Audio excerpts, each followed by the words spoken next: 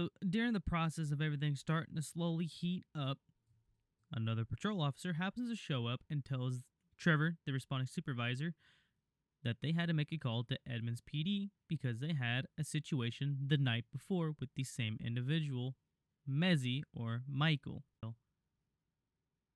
And then just spook and almost trip up the cops on their own little tootsie feets in the middle of Chicago because you can.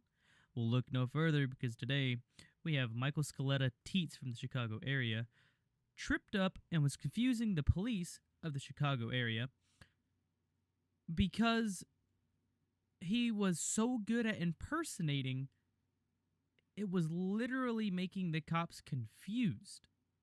Around 6:23 p.m. on September 5th, 2024, a Bremerton Police Department officer rolls up to a local Salvation Army center in Washington to inquire about an individual his coworkers had dealt with the day before. But as they dig into who this man really is, the story only gets weirder and sketchier. What the fuck is this guy, the fiddler of Salvation Army? Like, you've got a feel for the Bremerton Police Department on this one over there in Washington. Imagine you just clock in one day and then you get a call about someone impersonating at a local Salvation Army. Sketchier. Is he working security for you? Yeah. Have a good moment, yeah. That guy is? Yeah. I'll be back shortly. Are you good? I'm good. Okay, good? Yeah. You want to come back over here? Yeah. I was talking to some other guys. So you work for Edmonds PD? I do. Okay. Yeah, and this is a part-time gig. Got you. Do you have your commission card with you? Yeah, give me a minute. Meet 49-year-old Michael Scaletta Teets. He claims to be a detective with the Edmonds Police Department in Washington, but this officer isn't exactly buying that claim. And righto, that cop was having a suspicion, thinking that that claim was a load of baloney. To my knowledge, because I got a couple buddies that are police officers, the badge and the credential card is something they always have to have on them, even at least a business card. Most of them just have their credential card. But this one doesn't have it, and he's a detective. No, didn't find it? Sorry? No, he's going to. It's in my other bag. Oh, okay. He's grabbing it now. Okay, how long have you been apologize. working for the Salvation Army? Sorry? How long have you been working off duty for the Salvation Army? I'm here almost every other week. Every other week? Yeah, Okay. and then I also work down at the KRM. Okay. And what's your full name? Mezzy Scaletta, Mezzy, That's your- Scaletta. So your first name is Mezzy? Mezzy, correct. Hey, man. Yeah, it's going to be the green bag, and it's got my wallet with the credentials and everything. It's in the other bag with all the credentials on the side. Yeah. All right. Just give him a little bit of benefit of the doubt. But can you see the sheer panic and fear in his face the moment that second unit rolled up? I mean, he was already stammering before they even got there, and now that there's a second one, he can't even hold his fucking bladder still. And Mezzy Scaletta, he used the right last name. He didn't even get close with the first one. Can you stay over here? He's grabbing. All right, I'll see you in a minute. Is it a loaded firearm that you have with you, Mr. Scaletta? Correct. Okay, can you put your hands on the car, please?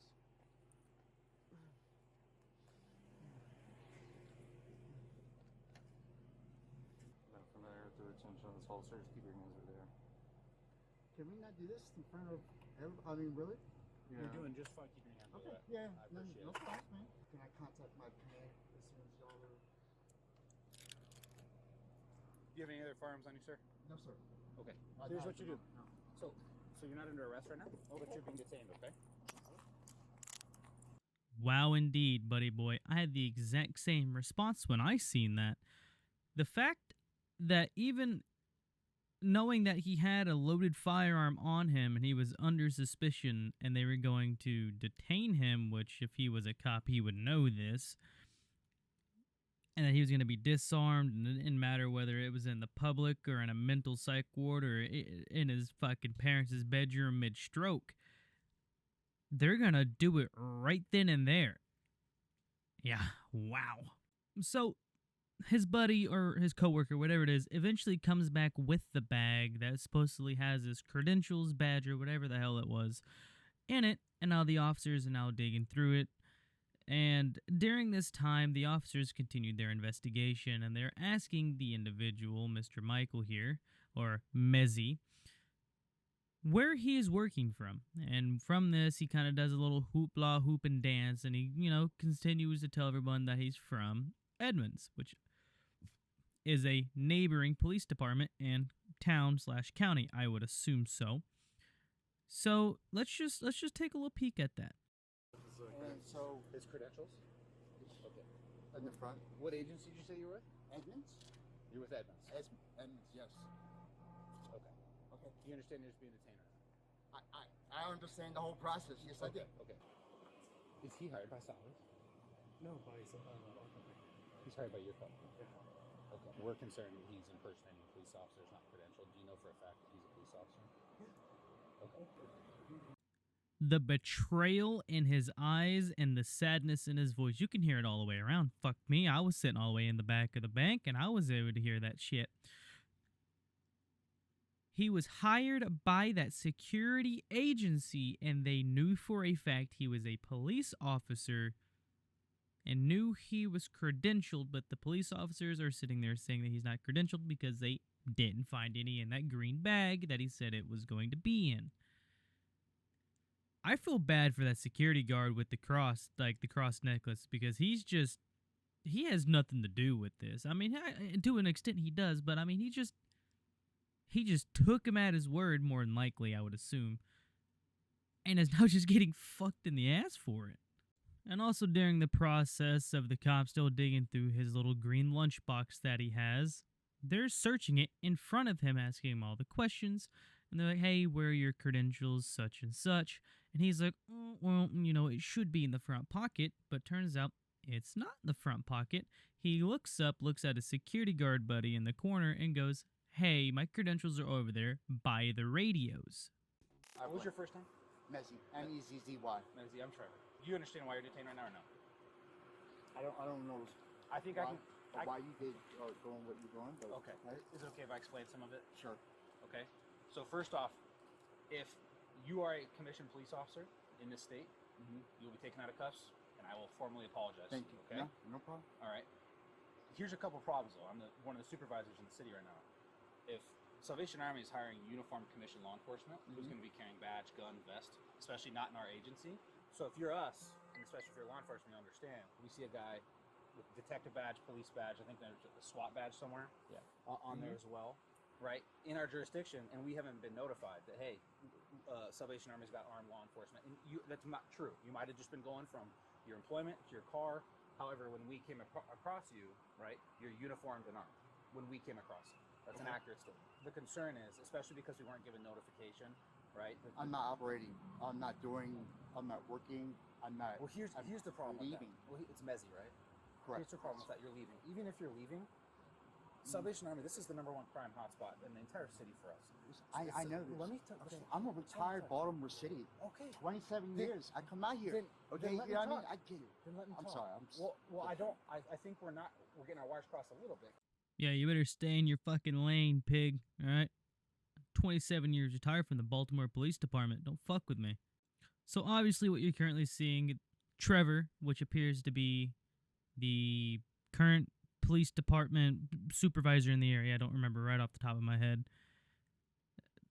has to show up, obviously, for a situation like this. Obviously, a regular patrol officer is probably not going to be trained or prepared for something of this nature.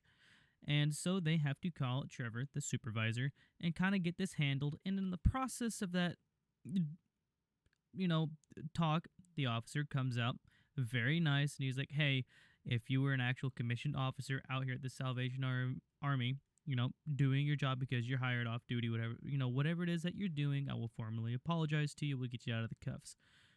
I don't see any wrongdoing on that part there. I mean, he's being a genuine human being, showing some actual decency. And then he's like, oh yeah, sure, man. But then the moment that he's like, hey, I think we're getting a couple wires crossed and maybe the communication skills aren't actually fully there and up to par, he starts to get a little mouthy, just a little bit. Starts to get a little mouthy, and kind of slowly starts to escalate the situation. So during the process of everything starting to slowly heat up, another patrol officer happens to show up and tells Trevor, the responding supervisor, that they had to make a call to Edmonds PD because they had a situation the night before with the same individual, Mezzy or Michael. And on top of everything else, whenever they called them, it turned out he wasn't actually on the Edmond payroll. So that's not right. He said that he was on the payroll and he was a cop. And he was also retired at 27 years from the Baltimore Police Department. Things aren't adding up. The suspicion around Michael kicked in the night before. On September 4, 2024, around 6:32 p.m., a Bremerton officer had shown up to check out an unknown fire nearby and ran into Michael, who claimed to be with Edmonds. But something about how he acted and the gear he had just felt off. So about an hour later, the officer swung by the same Salvation Army Center to talk to him, and Michael's behavior just made things feel even shadier. So as you just heard, night before, an officer shows up to an unknown fire call and runs into Mezzy, to where his entire uniform, act, and the way how he's talking and responding doesn't seem to fit the code. Seems to actually kind of throw everything off and kind of cattle pronging this cop that responds to this fire call, to where he has to, without his want, have to interact with Mezzy. Outside. I thought it was for you.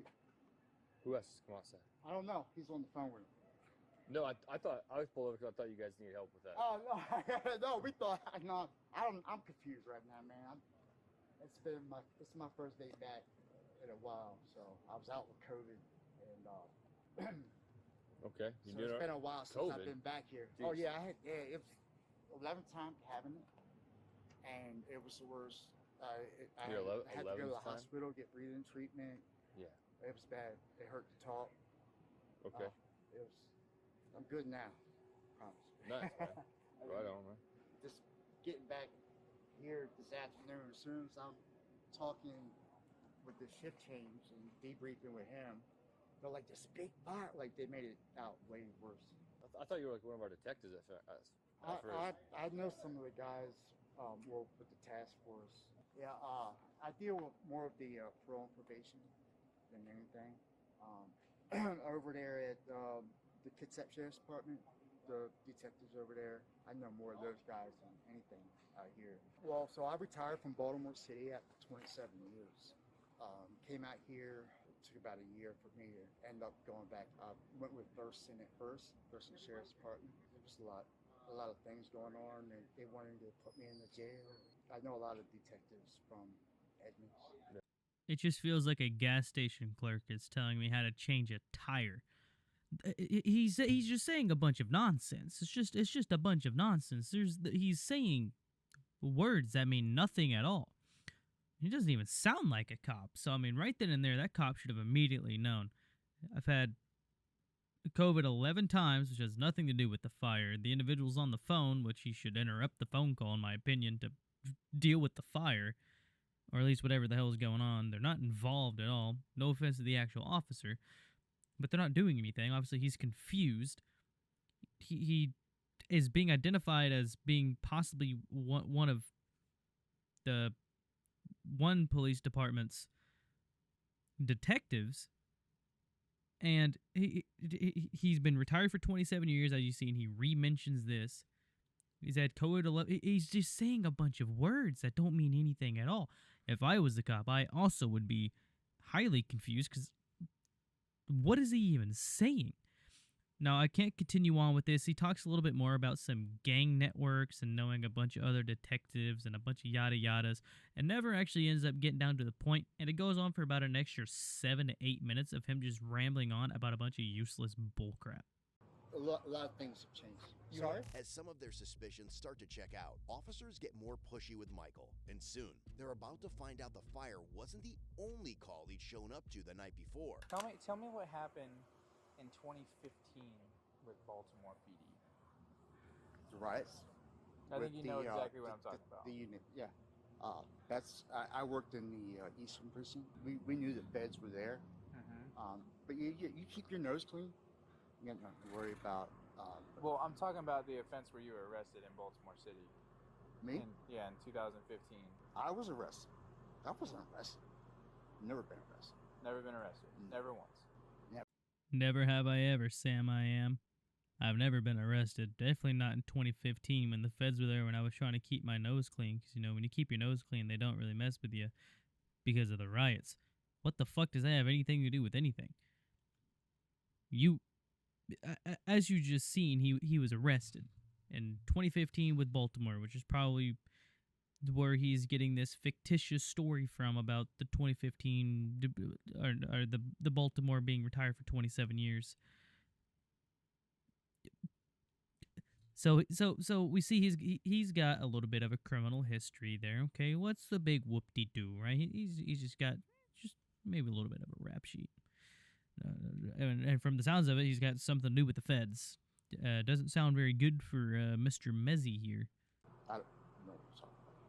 The shirt is in the plastic. His reflective vest is straight from Galls. Yeah, look, he's got a firefighter helmet too. Jesus Christ, man. We're gonna do it all. Can we check by vehicle? Can you check? Absolutely. If you wanna search. You guys could do it. Go ahead. Where's your key at? It's open. Oh, okay. It's a black plastic bag. It's got some Gatorade in it, Alright. and it's got my wallet. I just want to confirm you're giving us the consent to search the vehicle. I just want to hear from you, yes or no. Are you giving us consent to search the vehicle? What, y'all are gonna tear my vehicle apart? We're gonna search the vehicle. No. We're not gonna like. No, we're done. All right, we're done. No, No, okay. you're not gonna tear my vehicle up. No. Okay. Apply for a search warrant. Do what you gotta do. Don't even get close to touching that. Don't even get touched. Matter of fact, don't even look at it. Don't even look at it. If you look at it, all hell's gonna break loose.